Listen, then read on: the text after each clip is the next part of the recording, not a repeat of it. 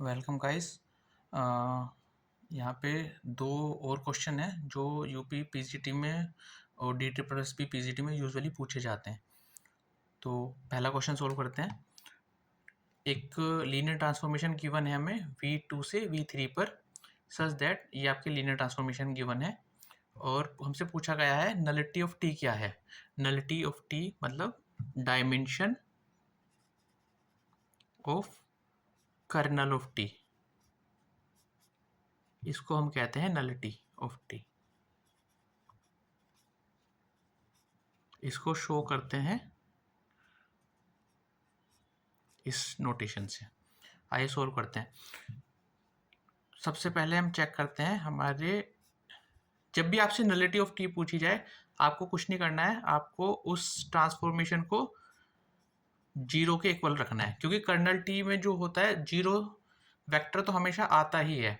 अगर यहाँ से आपका ए और बी दोनों जीरो हो जाते हैं, मतलब आपके वेरिएबल दोनों जीरो हो जाते हैं, मतलब आपके कर्नल में केवल एक जीरो वेक्टर ही है, मतलब उसकी जो डायमेंशन है वो जीरो हो जाएगी ऑटोमेटिकली। अगर इनमें से कोई भी वेरिएबल बच जाता है तो जितने नंबर ऑफ वेरिएबल बचते हैं कर्नल की डायमेंशन उतनी ही हो जाती है। तो इस लीनियर ट्रांसफॉर्मेशन को एक्सपेंड करते हैं तो ये आपका a plus B A minus B B is equal to, ये देखिए ये V3 का वेक्टर है तो यहाँ पर एक ज़ीरो और आएगी। बेसिकली जो V3 है उसकी थ्री डायमेंशंस होंगी, तीन वेरिएबल्स होंगे। तो ये ज़ीरो ज़ीरो ज़ीरो, फर्स्ट के कॉरस्पॉन्डेंस एक्सपेंड करना है, सेकंड कोऑर्डिनेट सेकंड के कॉरस्पॉन्डेंस और थर्ड कोऑर्डिनेट थर्ड के। तो यहाँ से b की वैल्यू जीरो आ गई।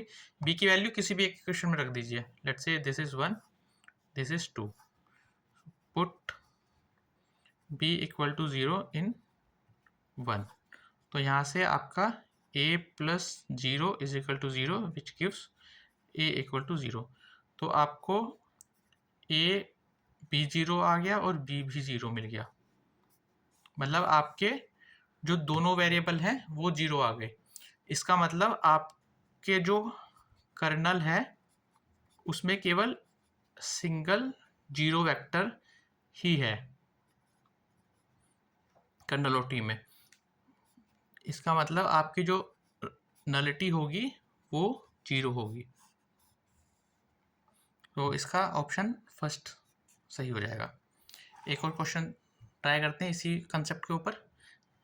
आपको यहाँ पे एक लीनियर ट्रांसफॉर्मेशन गिवन है V से W पर, जिसमें गिवन है डायमेंशन ऑफ V 4 है, मतलब डायमेंशन ऑफ V 4 है, डायमेंशन ऑफ W 5 है, डायमेंशन ऑफ W 5 है, और गिवन है nullity of T। Nullity of T आपका 1 है और आपसे पूछा गया है what will be the rank of T। Rank, ये रैंक का नोटेशन होता है, रैंक ऑफ T क्या है। सबसे पहले जो स्टैंडर्ड फॉर्मूला होता है वो आप ध्यान रखिए।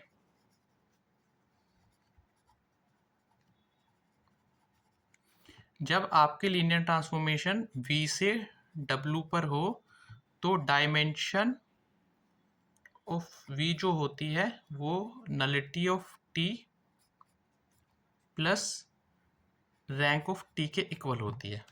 तो यहाँ से देखो डायमेंशन ऑफ V हमें गिवन है 4, नलिटी ऑफ T भी हमें गिवन है 1 और रैंक हमसे पूछा है। तो यहाँ से रैंक ऑफ T आ जाएगा 4 minus 1 which is rank of T is equal to 3। तो आपका आंसर जो होगा ये डी ऑप्शन हो जाएगा। इस तरह के क्वेश्चन बहुत सारे आते हैं डी ट्रिपल एस बी में, मतलब हर साल इस तरह क्वेश्चन आते हैं, तो आप इस तरह क्वेश्चन की प्रैक्टिस कीजिए। Thank you.